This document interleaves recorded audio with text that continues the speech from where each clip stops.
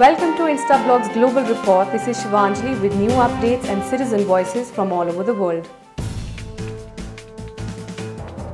Top stories for the day are: US alleges ISI of assisting militias in Pakistan. Egypt's Christian-Muslim gap growing bigger. Sao Paulo initiates campaign to fight rubella. And Indian traders are hard hit despite growth.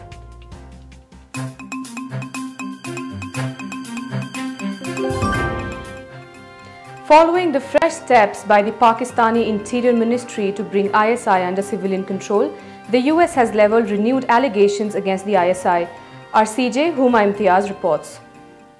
This is Huma Imtiaz reporting for Instablogs, a citizen journalist from Pakistan. In the past week, prominent US dailies and the Bush administration have issued a flurry of accusations at Pakistan's dreaded intelligence agency, the Inter-Services Intelligence, also known as the ISI. They claim that the ISI is not only aiding militants in the tribal regions of Pakistan, but is also involved in the bombing near the Indian embassy in Kabul, Afghanistan, last month. Last week, the Pakistani government did try to rein in the ISI by placing it under control of the Interior Ministry, but the notification was quickly withdrawn, raising more questions about who exactly controls the ISI. The agency has been previously involved in channeling Saudi and US aid through to the Mujahideen during the Afghan-Soviet war in the 80s. It is now high time that the rogue elements within the ISI stop all support to the freedom fighters, else a US-led invasion in Pakistan will not be far off.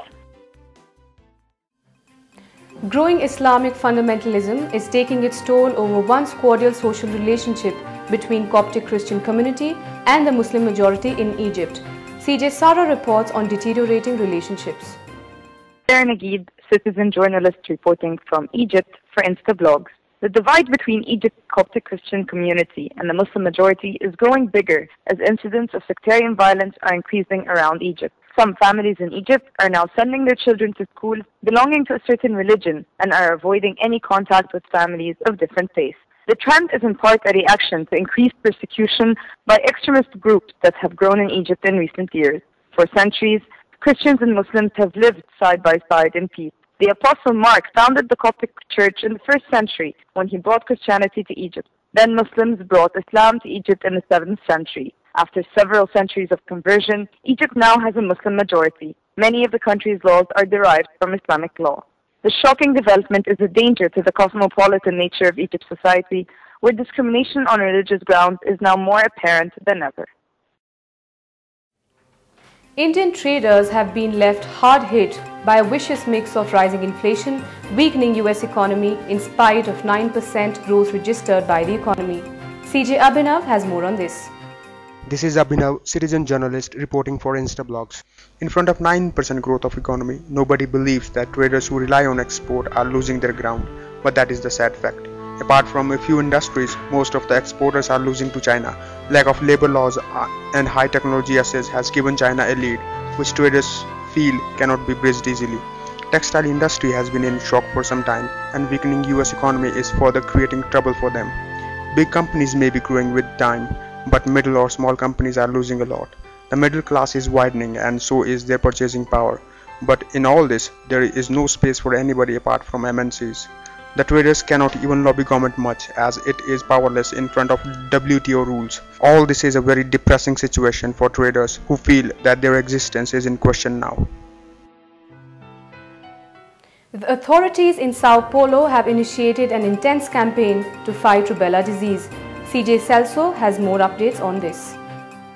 This is Celso Camargo, reporting for Instablogs from Brazil. The government of the state of São Paulo will be promoting a broad campaign of vaccination targeted for adults to eliminate rubella in the state. What prompted the state government to take that decision was the sudden increase of this disease in the state. In 2006, were registered only 86 cases, but this year has reached 1,700 cases. It speculates that the reason for this increase is due to travel of Paulistas to other states. Campaigns intense as these are common in the state of São Paulo and help to prevent epidemics. The example was the epidemic of dengue in the state of Rio, which infected more than 15,000 people in this year. In São Paulo, the number was lower, recording only 1,000 cases. Public health is a serious problem here in Brazil. Investments are not made for decades and hospitals are in very bad conditions, with the exception of a few examples.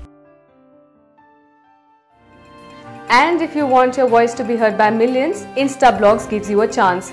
All you need to do is contact us at cj@instablogs.com. That's it in today's show. We'll be back with more updates and more voices. Till then, it's a goodbye from the entire team of Global Report.